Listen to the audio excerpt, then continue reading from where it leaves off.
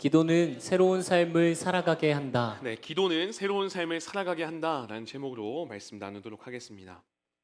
많은 사람들에게 기도가 뭐냐라고 물어보면 이렇게들 흔히 대답합니다. 기도는 호흡입니다. 기도는 열쇠입니다. 기도는 대화입니다. 어떤 사람은 이렇게도 말해요. 물을 떠난 고기가 살 수 있겠습니까?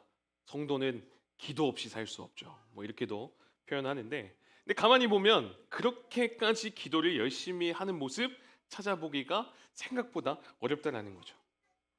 어떤 친구는 그런 얘기도 해요. 야, 기도가 호흡이면 왜 안 죽냐? 이미 호흡구나 왔을 것 같은데.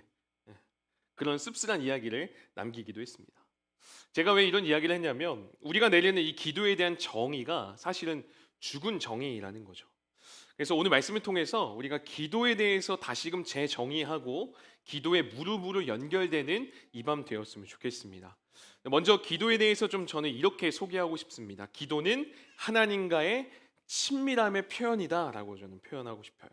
기도하면 우리가 흔히는 간구, 뭔가를 구해서 받는 것 이렇게 생각하는데 기도는 사실 하나님과의 관계, 하나님과의 친밀함이 우선이다라는 거죠. 우리가 읽었던 오늘 본문은요, 예수님 아기 때의 모습이 나옵니다. 예수님의 부모님이었던 마리아와 요셉이 정결 예식을 갖기 위해서 예루살렘 성전에 아기 예수를 데리고 갔던 장면이 오늘의 배경입니다. 거기서 시므온과 안나를 만나면서 일어난 사건을 통해서 기도에 대해서 좀 생각해 보려고 하는데요.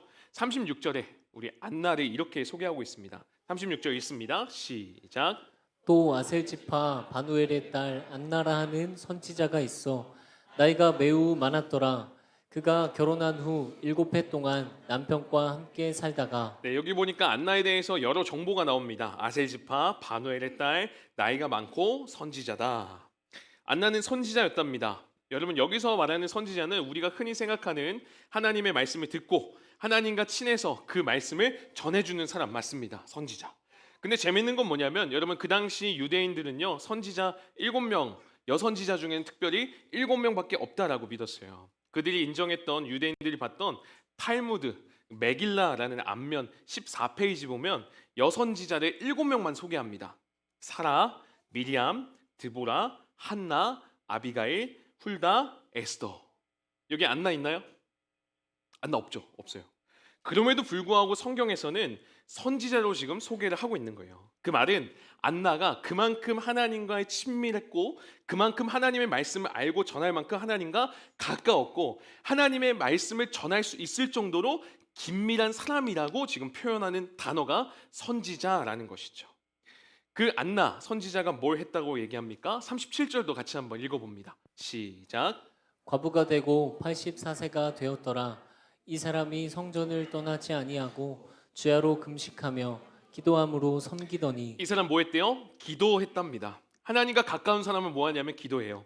기도는요, 내 소원, 내 원함, 내가 이루고 싶은 것, 내 목적, 내 야망을 위해서 하나님께 쪼르르 달려가서 조르는 게 아니라 이거 주세요, 저거 주세요 하는 게 아니라 기도는 사실 하나님과의 그 친밀한 표현이 기도라는 거죠. 그래서 하나님과 친한 사람이 할 수 있는 게 진짜 찐한 기도인 겁니다. 근데 우리는 자꾸 신앙생활 하면서 하나님을 어떤 식으로 여기죠? 마치 자판기처럼 여길 때가 있어요. 돈을 넣고 내가 기도를 넣고 음료수 뽑듯이 자판기식 신앙생활을 자판기식 기도를 하는 사람들이 많이 있다는 거죠. 미국에서 청소년 교재를 만들고 이제 사역하는 유명한 사람 중에 케빈 존슨이라는 분이 있어요. 저하고 2주에 한 번씩 이메일을 주고받고 한 달에 한 번은 페이스톡을 통해서 서로 얼굴을 보며 이야기하고 싶은 사람입니다. 아직 해본 적은 없어요. 근데 이 사람이 쓴 책 중에 기도라는 책이 있어요. Prayer라는 이 책에 기도에 대해서 이분이 이렇게 여러 가지 정의를 해놨는데 거기서 이렇게 표현합니다. 제가 한번 읽어드릴게요. 우리는 하나님을 피자 배달부로 생각한다. 기도라는 다이얼을 돌리고 그 다음 물건을 받고 더 이상 기억하지 않는다. 기도에 대한 굉장히 씁쓸한 정의인 거죠. 우리도 그럴 때가 많잖아요. 솔직하게. 내가 원하는 거 있을 때, 내가 배고플 때, 내가 이것 구해야 될 때 하나님께 기도라는 다이얼을 돌립니다. 그리고 어떻게 하죠? 응답을 받고 나서 하나님께 더 이상 요청하지 않죠. 하나님과 더 이상 교제하지 않죠. 우리가 뭐 기도는 호흡이다 하지만 중요하다고 하는데 기도 잘하지 않아요. 왜요?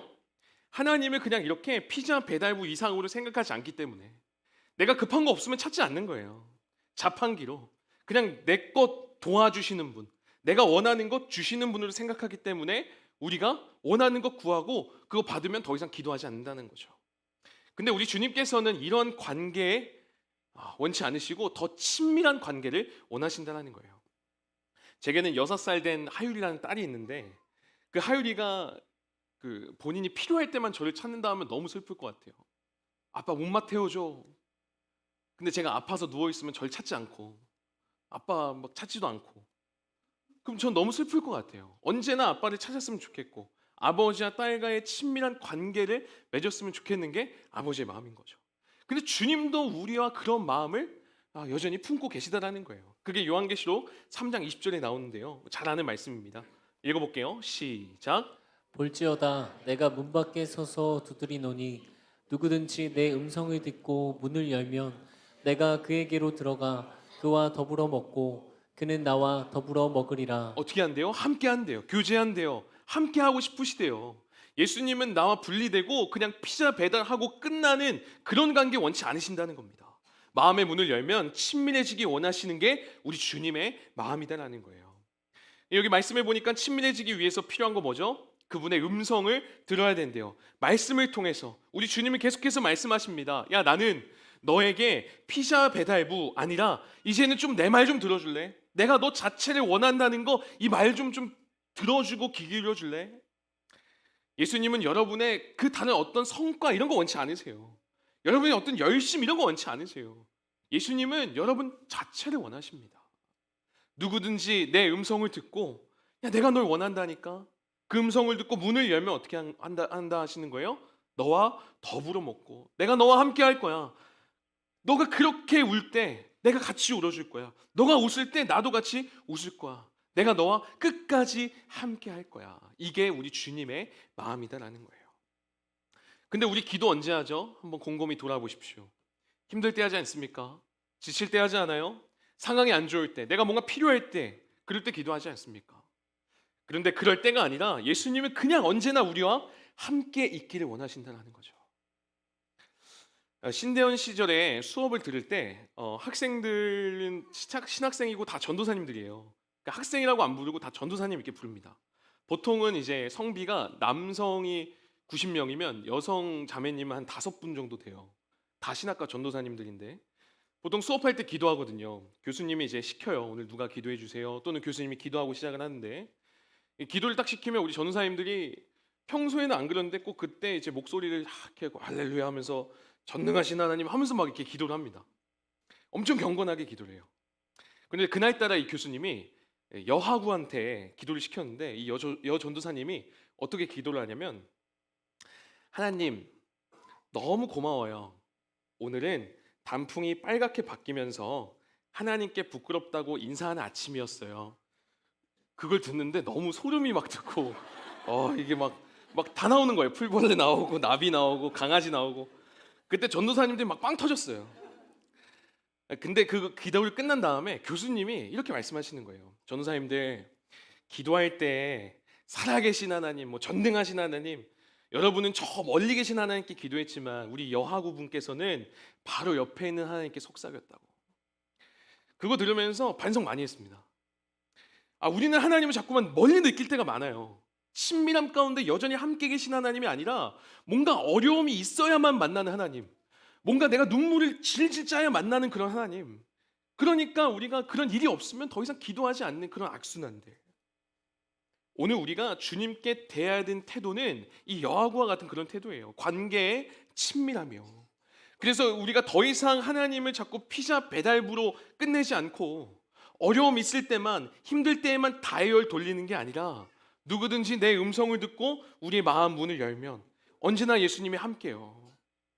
예수님이 언제나 함께 해주세요. 그 초대가 있는 이 밤 되었으면 좋겠어요.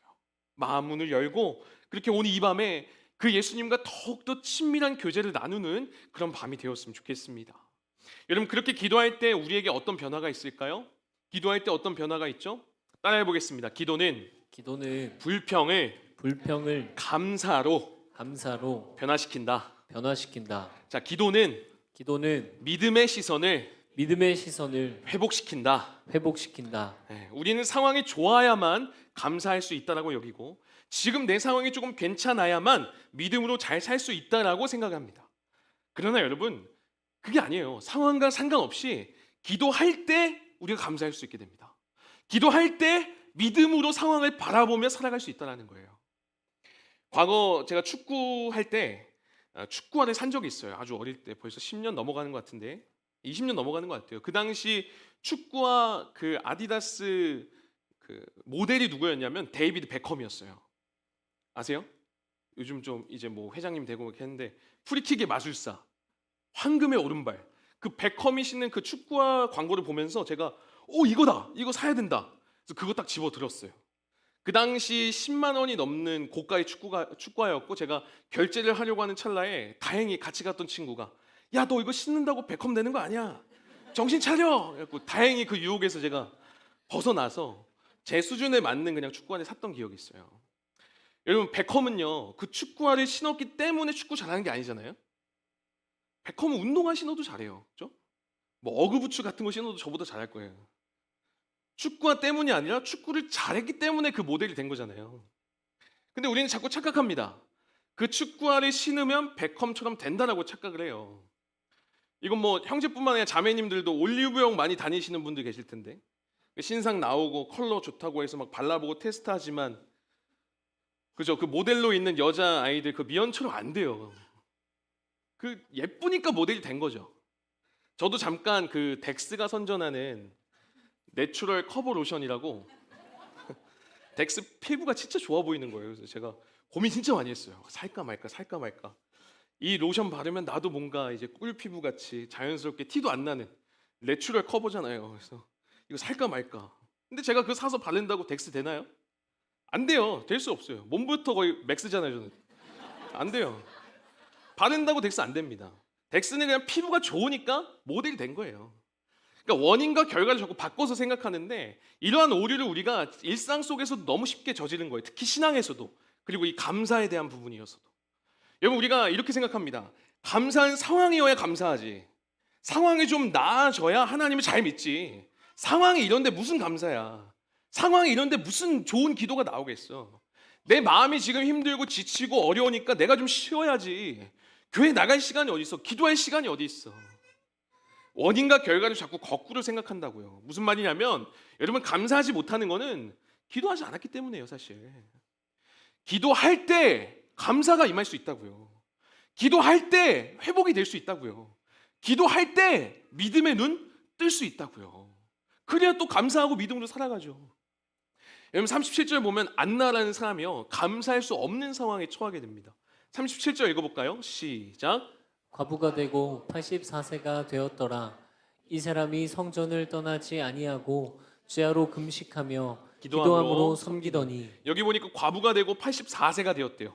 이 사람의 나이가 84세다. 이것만 보여주는 게 아니라 84세가 되었다는 것은 이가 과부로 84세까지 지금까지 살았다는 거예요. 여러분, 그 당시에 평균 이 자매들이요 10대 때 결혼을 했습니다. 평균 결혼 나이 15세. 15세에 결혼을 했다라고 보면은 이 안나가 말씀해 보니까 결혼하고 7년 동안 남편과 살다가 과부가 됐대요. 그럼 지금 몇 살이 과부가 된 거예요?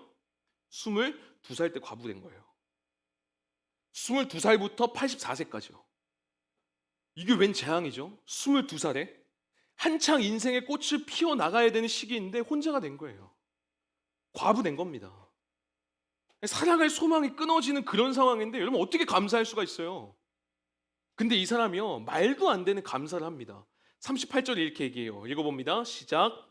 마침 이때에 나와서 하나님께 감사하고. 여러분, 이거 억지로 그래도 감사해야지, 감사해보자 이렇게 한 게 아닙니다. 이 사람은 37절에 기도했더니 38절에 감사하는 인생으로 살아갈 수 있게 되는 거예요. 여러분, 기도하면 왜 감사가 되는 거죠? 우리가 기도할 때 나는 나의 눈으로 보는 게 아니라 우리가 기도할 때 어떻게 되냐면 나를 하나님의 시선으로 보기 시작해요. 기도하기 전에는 내 상황이 갇혀 있어요. 기도하기 전에는 내 상황, 내 건강, 내 환경, 우리 집안, 내 문제 여기에 그냥 똘똘 쌓여서 불평, 불만, 감사할 게 하나도 안 보입니다. 그런데 기도할 때 어떻게 된다고요? 기도할 때 하나님이 내게 주신 것이 보이기 시작합니다. 기도할 때 하나님이 이루신 일들이 보이기 시작해요. 그리고 기도할 때 여전히 상황은 그렇지만 하나님께서 이루실 일들이 보여지기 시작한다는 거예요. 이 어려운 마음에 어떻게 기도를 해? 감사할 일이 없어 어떡해? 맞아요. 감사할 일 없죠. 힘들죠. 근데 뒤집어서 생각해서 우리는 그때 더 기도해야 된다는 거예요. 그래야 감사할 수 있다고요. 왜요? 그때부터 기도할 때부터 상황은 그렇지만 하나님이 지금 내게 하신 일이 보이기 때문에 그렇다는 거예요. 최근 저희 신학교 동기들 이야기를 많이 듣습니다. 요즘 동기 중에 사역을 잘하는 사람이 있는 반면에 교회에서 너무 큰 상처를 받고 아무리 열심히 해도 변화되지 않는 그 어떤 어려운 상황 등으로 인해서 교회를 나와서 개척을 준비하는 동기들이 진짜 많아요. 계속 많아지기 시작했어요. 그 중에 한 동기가 작년에 너무 큰 상처와 어려움을 받고 교회에서 나왔고 이제 개척을 준비하는데 상황이 너무 절망적인 거예요. 이것도 안 되고 저것도 안 되고 뭐 후원도 없고 뭐 불평 불만 투성이에다 막 이야기를 듣는데 너무 안쓰러운 거예요. 너무 힘들겠더라고요. 근데 이 친구가 정말 너무 힘들어서 한 목회 선배한테 찾아갔대요. 그리고 개척 준비하면서 상황을 쭉 이야기하고 저희한테 얘기했듯이 이것도 안 되고 저것도 안 됩니다. 마음대로 되는 게 하나도 없습니다. 막 쏟아냈대요. 누가요? 제 동기가요. 제 동기면 뭐죠? 그 사람 직분이? 목사잖아요. 목사가 가서 막 이렇게 한 거예요. 근데 그 이야기를 듣고 이 선배 목회자분이 잠시 후에 이렇게 얘기했대요. 야, 네 계획대로 안 된다니 참 감사하지 않냐? 불완전한 네 뜻이 아니라 완전한 하나님의 뜻대로 지금 이루어진다는 것이니까 야, 이보다 감사할 게 어딨어. 오히려 더 기대할 수 있잖아. 더 이상 할 말이 없더래요. 그리고 그 친구 진짜로 지금 개척 잘 준비해서 3월 첫째 주에 첫 예배 드렸어요.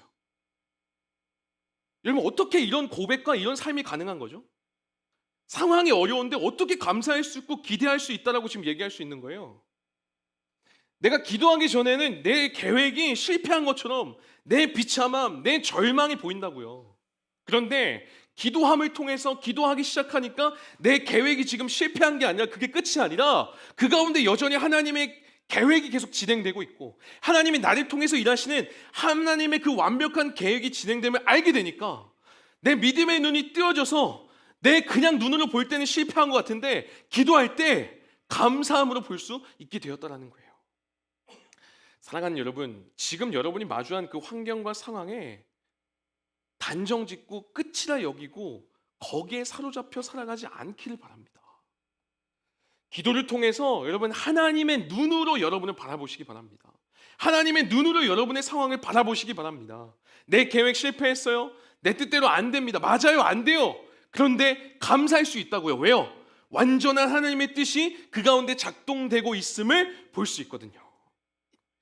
마음 가운데 무거움이 있고 마음 가운데 여러분 괴로움이 있다면 기도하십시오. 기도할 때 감사가 회복된다는 거예요. 기도할 때 믿음의 시선 회복될 수 있다는 겁니다. 여러분 기도의 가장 큰 기적은 응답받는 게 아니에요. 기도의 가장 큰 기적은 내가 기도를 통해서 감사할 수 없을 때 감사할 수 있게 되는 거. 기도의 가장 큰 기적은 기도를 통해서 내 상황이 아니라 하나님을 바라보게 되는 거. 이게 가장 큰 기적이라고요. 이러한 감사, 안나처럼요. 평생 그 삶을 바라보니까 말이 돼? 힘든데 어떻게 그래? 그럼에도 감사하며 살아갈 수 있는 거, 그게 그리스도인이라고요. 그리스도인으로 그렇게 살아갈 수 있는 우리들은요, 우리가 잘났기 때문이 아닙니다. 우리가 강하기 때문에 그렇게 버티며 가는 게 아니에요. 기도할 수 있기 때문이라고요. 기도함으로 시선이 회복되고 감사하는 인생으로 살아가게 되는 겁니다. 여러분 오늘 소개되는 이 안나가 그렇게 끝까지 기도하며 나아갔더니 그 인생 어떻게 되는지 아십니까? 38절 같이 한번 읽어볼게요. 시작. 마침 이때에 나와서 하나님께 감사하고 예루살렘의 속량을 바라는 모든 사람에게 그에 대하여 말하니라. 38절에 보니까 마침 이때 그 전에 스토리를 잠깐 말씀드리면 시므온이라는 사람이 있는데 아기 예수님을 만나는 시점이었습니다. 그때 안나가 아기 예수님을 이어서 딱 만난 거예요. 여러분 성경을 보면 예수님의 그 아기 시절을 말하는 건 이 누가복음 빼고는 없습니다. 그런데 이 마지막 장면, 메시아이시고 구원자이신 예수님에 대해서, 특히 이 아기 예수님에 대해서 설명하는 것을 누가 마무리 짓고 누가 이루어내냐면 누구죠? 아무것도 할 수 없고 절망적인 상황 가운데 눈물밖에 없을 수밖에 없는 그런 과부, 이 안나라는 사람이 이 아기 예수님에 대해서 마지막으로 증거해낸다는 거예요. 안나 어떤 사람이었다고요? 이 사람은 기도하는 사람이었어요. 기도하면서 분명히 내 인생 가운데 하나님께서 이룰 꿈과 계획이 있다는 소망을 품을 수 있었던 거예요. 그래서 이 안나는 끝까지 계속해서 기도했고 성전에 찾아서 또 가서 기도했고, 어떻게 보면 여러분 바뀌지 않는 현실 속에서 이 행동들이 무의미해 보이는 그런 행동이잖아요. 반복되는 듯한 그런 가운데 어느 날 똑같이 여전히 소망 품고 기도했는데, 여전히 소망 품고 성전 찾아가서 기도했는데 마침내 어떻게 된 겁니까? 메시아 예수님 만난 거예요. 그는 기대감을 잃지 않았습니다. 소망 잃지 않았어요. 기도하면서 반드시 하나님의 꿈이 있다. 하나님 분명히 나를 쓰신다. 내 인생 가운데 지금 상황은 절망적이지만 하나님이 소망이다. 그렇게 기도하면서 결국 그 인생에 하나님의 놀라운 일하심 쓰이게 되었다는 거죠. 여러분 혹시나 이 안나와 같이 절망적인 상황을 마주한 분 계십니까? 내 뜻대로 되지 않아서 괴로운 상황을 마주한 분 계십니까? 그 괴로움이 심지어는 수십 년간 지속된 상황에서 포기하고 싶은 마음 품으신 분 계십니까? 믿음으로 내가 분명히 살아가고는 있는데 여전히 바뀌지 않는 현실 속에 아무런 기대 없이 살아가고 계시진 않습니까? 안나도 그러한 상황을 마주했던 거예요. 여러분 코쿤이라는 말이 있어요. 코쿤 들어보셨나요? 누에고치, 번데기라는 용어인데 사회학 용어로 사용이 되는데 페이스 파쿤이라는 사람이 처음으로 이 코쿤이라는 단어를 사회학 용어로 사용을 합니다. 이 단어가 뭐냐면 누에고치라는 뜻인데 이런 거예요. 내가 어떤 상황 가운데서 아무것도 할 수가 없는 거예요. 힘들어서. 변화도 기대할 수가 없는 거예요. 그래서 분명히 몸부림칠 수는 있는데 변화를 향해서 발걸음을 내딛지 않고 가능성에 몸부림치지 않고 그냥 누에고치처럼 숨어버리는 거. 그게 코쿤이래요. 코쿤. 여기서 파생된 단어가 뭐냐면 코쿠닝 성도라는 단어가 있어요. 코쿠닝 성도. 누에고치처럼 상황에 의해서 그냥 멈추고 포기해버리고 자신만의 세계에 갇혀버리는 것, 그게 코쿠닝 성도래요. 우리가 세상 살아가면서 코쿤 같을 때가 얼마나 많아요? 안나도 마찬가지잖아요. 아무것도 할 수 있는 게 없는 거예요 지금. 실제로 그래요. 여러분 안나가 살던 시대 제일 불쌍한 사람으로 손꼽히던 사람이 누구였는지 아십니까? 가장 첫 번째가 과부였어요. 그리고 고아였습니다. 왜요? 과부랑 고아는요 그 당시 스스로 살아갈 수 없는 존재였습니다. 누군가 도와주지 않으면 먹을 것도 먹을 수 없고 살 수 없는, 나 스스로는 결코 살아갈 수 없는 절망적인 존재가 이 과부랑 고아였다고요. 그런 사람이 이 안나였어요. 그런 사람의 삶에 표정이 밝았을까요? 희망이 있었을까요? 세상을 저주하고 힘들어하고 불평하는 사람 아니겠어요? 근데 성경을 보니까 안나라는 사람은요 이 코쿤처럼 그 세계에 갇혀서 자신을 비난하고 자기 세계에 갇히지 않습니다. 그 절망의 자리에 머물러 앉지 않아요. 20대 초반에 과부가 됐는데 80대에 이르기까지, 여러분 60년이에요. 자그마치 60년이요. 그럼에도 60년 이상을 여전히 소망을 품고 기도하며 그 절망의 코쿤 세계를 뚫고 찢어버리고 다시 날아올라 하나님께 쓰임받는 모습을 보여주고 있는 겁니다. 여러분 똑같은 사람이 성경에 나오거든요. 아리마대 요셉입니다. 이 사람 부자였어요. 공회원이었어요. 지금으로 치면 뭐 국회의원 같은 사람인데, 그런데 당시 예수님이 사람들에게 막 알려지고 그리고 예수 믿는 사람이 막 핍박당하고 고난을 당하니까 이 아리마대 사람 요셉도 티내지 않고 지냅니다. 코쿠닝 성도인 거죠. 코쿠닝 성도. 내가 할 수 있는 건 없어. 내가 말해봤자 뭐해. 상황이 좋지 않은 거예요. 그런 그에게 변화가 일어나는데요. 요한복음 19장 38절에 이렇게 되어 있어요. 읽어볼게요. 시작. 아리마대 사람 요셉은 예수의 제자이나 유대인이 두려워 그것을 숨기더니 네, 그것을 숨겼대요. 두려워서요. 이 상황에서 나는 할 수 있는 게 없어. 포기한 거예요. 예수님 잡혀가고 안 돼, 절망이야. 코쿠닝인 거죠. 그런 그에게 변화가 일어납니다. 예수님을 만났을 때 아무것도 할 수 없는 그 환경이 뒤집히게 돼요. 그리고 이 요셉이 다르게 반응합니다. 우리 똑같은 본문인데 38절 이어서 한번 읽어볼게요. 시작. 이 일 후에 빌라도에게 예수의 시체를 가져가기를 구하매 빌라도가 허락하는지라 이에 가서 예수의 시체를 가져가니라. 시체 주세요. 당당하게 요구하는 겁니다. 그리고 자신의 무덤을 대신해서 줘요. 예수님이 그렇게 아리마대 요셉 무덤에 장사되시죠. 분명 이 요셉이요, 그 전까지 코쿤이었어요. 움츠러들었어요. 코쿠닝 성도였던 그가 왜 갑자기 이렇게 담대하게 바뀐 거죠?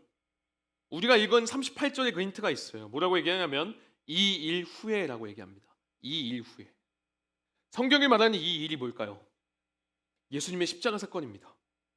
예수님이 그렇게 돌아가신 이후에, 예수님을 만난 이후에, 그 이후에 소망과 기대를 품게 된 거예요. 맞아, 난 이렇게 살 사람이 아니야.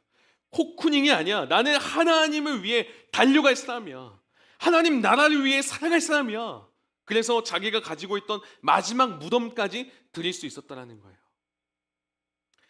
말씀을 맺도록 하겠습니다. 여러분, 제가 오늘 기도에 대해서, 그리고 기도를 통해서 우리에게 주어지는 변화에 대해서 소개를 해드렸습니다. 여러분, 실제로 오늘 살아가는 우리는 기도하는 가운데 이 아리마대 요셉이 겪었던 이 일 후에 이거를 우리는 반복적으로 경험할 수 있어요. 왜요? 우리 기도하는데 예수님 만나잖아요. 기도하는 가운데 우리 예수님 경험하잖아요. 그럴 때 내가 코쿤같이 코쿠닝으로 묶여 있는 게 아니라, 나는 하나님 나라의 사람으로 살아갈 존재구나. 난 여기 머무를 존재 아니구나. 나는 하나님의 일꾼이구나. 안나처럼 매일 교회 가고 기도하는 그 모습, 어떻게 보면 세상이 전혀 알아주지 않고 무의미하고 반복되는 듯한 그 가운데서 하나님께서 그럼에도 불구하고 쓰시는 사람, 그게 우리라고요. 그게 우리요. 그렇다면 오늘 우리가 해야 할 건 뭘까요? 우리는 상황에 의해, 그리고 마주한 환경에 의해서 또 쓰러지고 다시 다짐하고 이렇게 반복할 사람들이 아니라고요. 우리는 이 일 후에 이걸 경험한 자들이잖아요. 예수님이 십자가에서 날 위해 죽으시고 부활하신 거, 이거 경험한 사람들이 우리라고요. 그렇다면 우리가 해야 될 건 뭐예요? 안나가 그 예수님을 끝까지 증언하고 끝까지 기도하며 끝까지 감사하며 살았다면 우리도 그렇게 살아야 되지 않겠어요? 아리마대 요셉이 하나밖에 없는 그 무덤 드렸다면 우리는요, 내게 있는 거 그거 드리면서 이 세상에 발목 잡히지 않고 담대하게 믿음으로 살아가는 거, 이거 우리도 할 수 있는 거 아니겠어요? 아무것도 할 수 없어요. 저는 무기력해요. 이건 안 됩니다. 그런데요, 그런 우리, 그런 마음 가진 여러분, 그럴지라도 기도는 그거 엎을 수 있어요. 기도는 그거 바꿀 수 있어요. 기도는 우리의 절망을 소망으로 바꿀 수 있다고요. 기도는 내 시선을 하나님의 시선으로 바꿀 수 있다고요. 우리 그 기도 가운데 나아갑시다.